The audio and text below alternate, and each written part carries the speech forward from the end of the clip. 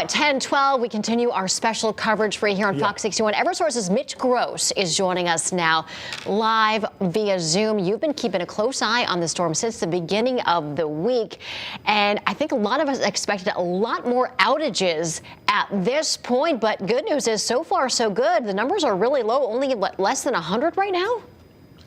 Well, Erica, Tim, good morning. It's much less than that. It's gone down to 23 at this point out of our 1.27 million electric customers. And we have crews either working on or getting to those 23 customers as quickly and safely as possible. And that's the issue for the crews right now. As Dan noted, as all your teams in the field noted, travel conditions are really rough. So the crews are out there. They are driving as quickly and safely as they can and responding to these outages. But the conditions may delay their arrival and may delay the ability to do the work because of the high winds and the tough conditions. But you know, they're the best in the business. They're pros, and they'll stay on the job as long as it takes to get these customers back on. Yeah, you mentioned 23 outages now. That number has not gotten any higher than 74 throughout the entire morning. At this point, granted, Mitch, we're still about to see probably the worst of the wind and the worst of the snow coming in. But given that there's no leaves on the trees and that this is such a fine snow, do you think we're probably not going to touch anywhere near the 125,000 customers you were fearing could be out of power at this time? Tim, let me put it this way. Whatever happens, we'll do everything we can to get anyone and everyone back on as quickly and safely as possible. We don't know what nature has in store for us for the rest of the afternoon. I mean, there are lots of predictions. We know it's going to be high winds. We know there's going to be lots of snow, especially in the eastern part of the state. But the bottom line is, we're prepared. We have upwards of 1,000 line and tree crews around the state. We will reposition them as needed, and we will, again, stay on the job as long as it takes. Now, Mitch, you're talking about staying on the job. Part of staying on the job is doing the work months and years prior. Over the last few months and years, we've gotten complaints of people upset about trees having to come down.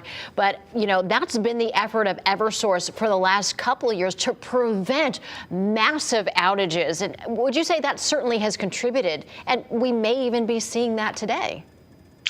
That's a good point, Erica. You know, trees are the #1 cause of outages, period. And we have a very aggressive tree trimming and hazard tree removal program. It's absolutely necessary. Connecticut is one of the most heavily forested states in the country.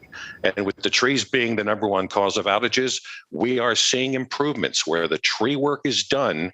That reduces the number of outages or the length of outages. And I know customers love their trees, but we're always working to achieve that balance.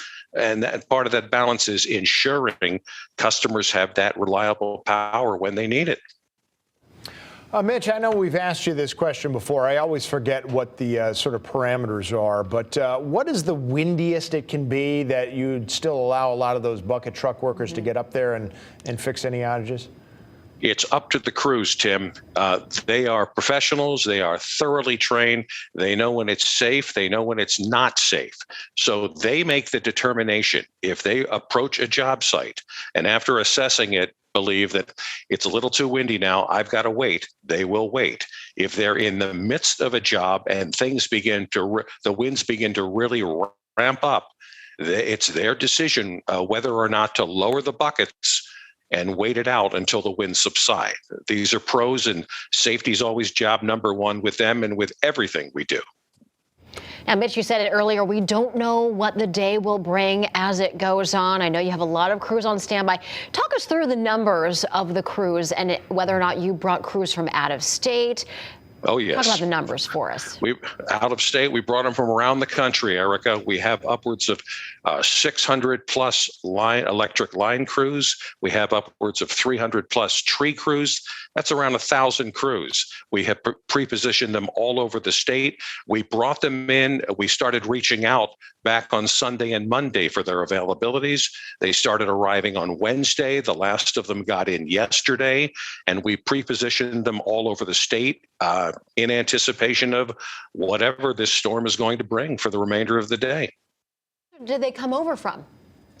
Well, let's see. Michigan, Florida, California are among the states right off the top of my head. Wow. But yes, that's right. These California and Florida crews may not be really used to these temperatures and conditions, but they are very good at what they do, and they're ready to go to work when called upon. I know, Mitch, I always try to goad you into predictions, and you smartly never take the bait for it. But I'm going to go ahead and say I'm going to guess they're probably not going to be used, just considering how we've gone. And boy, you'll take it. I'm sure you will, given that we've had such a low number of outages, just initial outages.